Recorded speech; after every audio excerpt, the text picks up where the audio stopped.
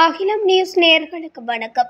இன்று இரவு நேர பிரதான செய்திகள். முதலில் தலைப்புச் செய்திகள். சிறைக்கு செல்ல போகும் சாஜித் மற்றும் நாமல்.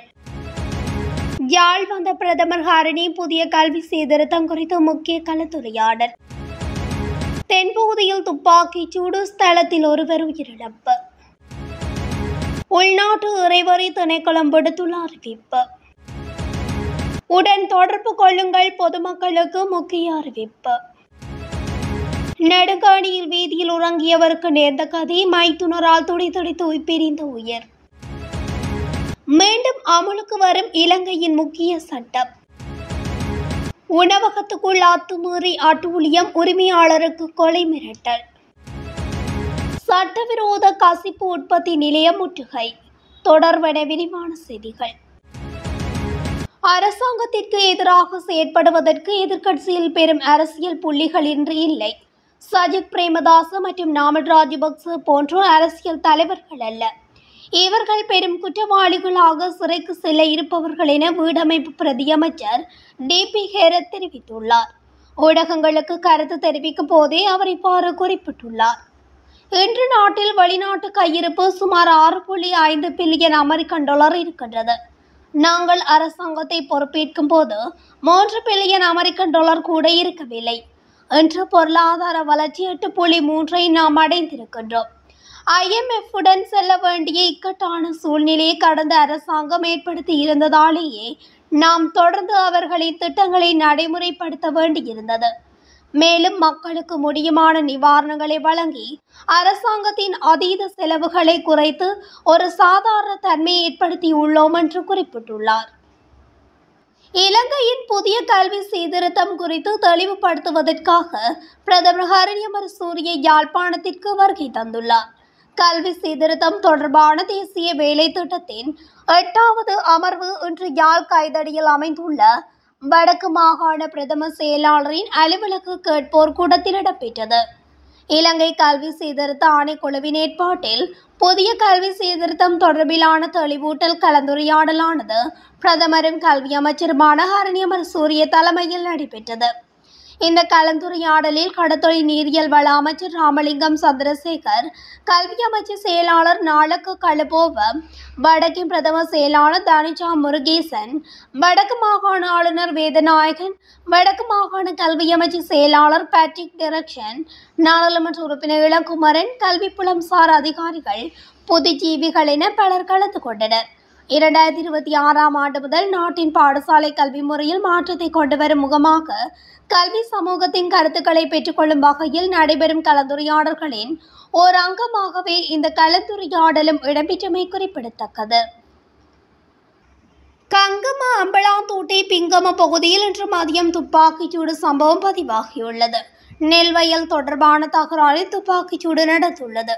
உரிமம் பெற்ற துப்பாக்கியால் துப்பாக்கிச்சூடு நடத்தப்பட்டதாகவும் பாதிக்கப்பட்டவர் சம்பவ இடத்திலே உயிரிழந்ததாகவும் கூறப்படுகிறது.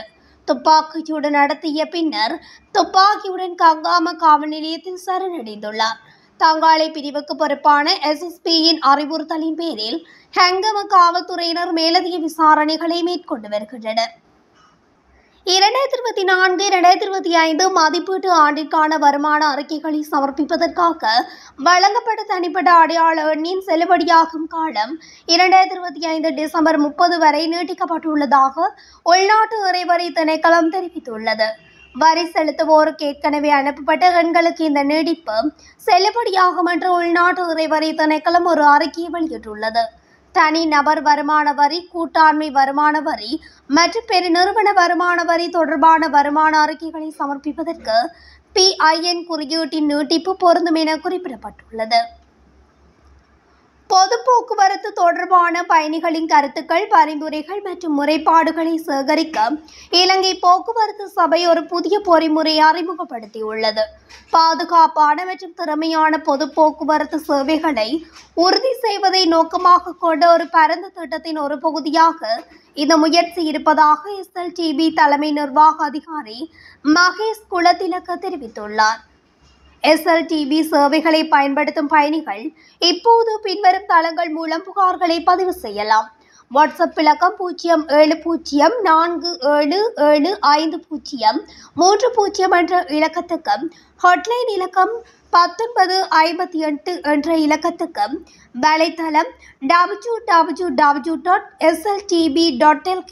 என்ற இணையதளத்துக்கும் தொடர்பு கொண்டு நேரடியாகவும் அவர்களின் கவலைகளை நிவர்த்தி செய்வதன் மூலம் சேவை தரத்தை மேம்படுத்துவதை நோக்கமாக கொண்டுள்ளதாகவும் தெரிவிக்கப்பட்டுள்ளது.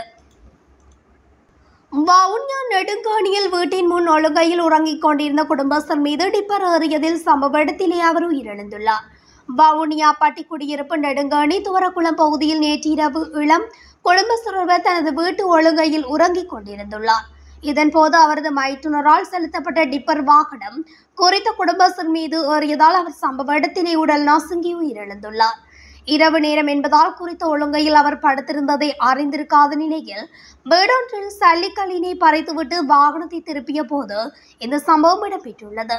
இன்று காலையிலே குறித்த குடும்பஸ்தர் வாகனத்துக்குள் நசுங்கி உயிரிழந்ததை அறிந்த மைத்துனரான வாகன சாரதி நெடுங்கணி போலீசாரிடம் சரணடைந்துள்ளதாக அறியப்படுகிறது. பேருந்து முன்னுரிமை பாதை சட்டம் மீண்டும் அமலுக்கு வந்துள்ளதாக போலீஸ் போக்குவரத்து பிரிவு தெரிவித்துள்ளது. காலி சாலையில் காலை 6 மணி முதல் 9 மணி வரையிலும் மாலை 4 மணி முதல் இரவு 7 மணி வரையிலும் இந்த திட்டம் அமலில் இருக்கும் என்று காவல்துறை ஊடக பேச்சாளர் ASP உட்லர் தெரிவித்துள்ளார். வாரியப்புலம் பாதணிய பகுதியில் சுற்றுலா அபிவிருத்தி அதிகார சபையினால் அங்கீகரிக்கப்பட்ட உணவகம் ஒன்றுக்கு அடையாளம் தெரியாத கும்பலால் தாக்குதல் நடத்தப்பட்டுள்ளது. இந்த சம்பவத்தில் உணவகத்தின் உரிமையாளரின் தலையில் தாக்கப்பட்டுள்ளதுடன் கொலை மிரட்டல் விடுக்கப்பட்டதாகவும் தெரிவிக்கப்பட்டுள்ளது. தாக்குதலில் காயமடைந்த உணவகத்தின் உரிமையாளர் மருத்துவமனையில் அனுமதிக்கப்பட்டுள்ளதாக தெரிவிக்கப்படுகிறது. இந்த தாக்குதலில் உணவகத்தில் இருந்த உடைமைகள் சேதமடைந்துள்ளன. முன்னதாகவும் இதுபோன்ற கொலை மிரட்டல்கள் அச்சுறுத்தல்கள் விடுக்கப்பட்டதாகவும் இந்த சம்பவம் தொடர்பாக இதுவரை எவரும் கைது செய்யப்படவில்லை எனவும் போலீசார் மேலதிக விசாரணைகளை முன்னெடுத்து வருகின்றதாகவும் தெரிய வருகின்றது. பிசுவமடு மாணிக்கபுரம் பகுதியில் சட்டவிரோத கசிப்புடன் வயோதிபர் இருவரும் சட்டவிரோத தொழிலுக்காக பயன்படுத்தப்பட்ட உந்தூர்லி ஒன்றும் புதுக்குடியிருப்பு போலீசாரால் கைப்பற்றப்பட்ட சம்பவம் ஒன்று இன்றைய தினம் பிற்பகல் இடம்பெற்றுள்ளது. பிசுவமடு மாணிக்கபுரம் பகுதியில் சட்டவிரோத கசிப்பு உற்பத்தி விற்பனை இடம்பெறுவதாக இன்றைய தினம் புதுக்குடியிருப்பு போலீஸ் நிலைய பொறுப்பதிகாரி MP.R. ஹேரத்திற்கு கிடைக்கப்பெற்ற தகவலை அடுத்து போலீஸ் குழுவினர் திடீர் சோதனை நடவடிக்கை ஒன்றினை மேற்கொண்டிருந்தனர். அப்போது பிசுவமடு மாணிக்கபுரம் பகுதியில் உள்ள கசிப்பு விற்பனை நிலையம் ஒன்று முற்றுகையிடப்பட்டு விற்பனைக்காக போத்தலில் வைக்கப்பட்டிருந்த 30 லிட்டர் கசிப்பு விற்பனைக்கு பயன்படுத்தப்பட்ட உந்தூர்லி ஒன்றும் ஆவணங்களுமின்றி இருந்த உந்தூர்லி ஒன்றும் கைப்பற்றப்பட்டது. இதில் 2 கைது செய்யப்பட்டனர். சம்பவத்தில் பிசுவமடு ரெட்பானா பகுதியைச் சேர்ந்த 51, 56 வயதுடைய இருவரே இவ்வாறு கைது செய்யப்பட்டுள்ளனர். இத்துடன் அகிலம் நியூஸின் இன்றைய இரவு நேர பிரதான செய்திகள் நிறைவடைகின்றன. தொடர்ச்சியாக செய்திகளை அறிந்து கொள்ள அகிலம் நியூஸ் ஊடகத்துடன் இணைந்திருங்கள். நன்றி, வணக்கம். அகிலம், மாற்றத்திற்கான மக்கள் குரல். இந்த வீடியோ பிடிச்சிருந்தா லைக் பண்ணுங்க, கமெண்ட் பண்ணுங்க, ஷேர் பண்ணுங்க. மறக்காம கீழே இருக்க பெல் ஐகானை கிளிக் பண்ணுங்க.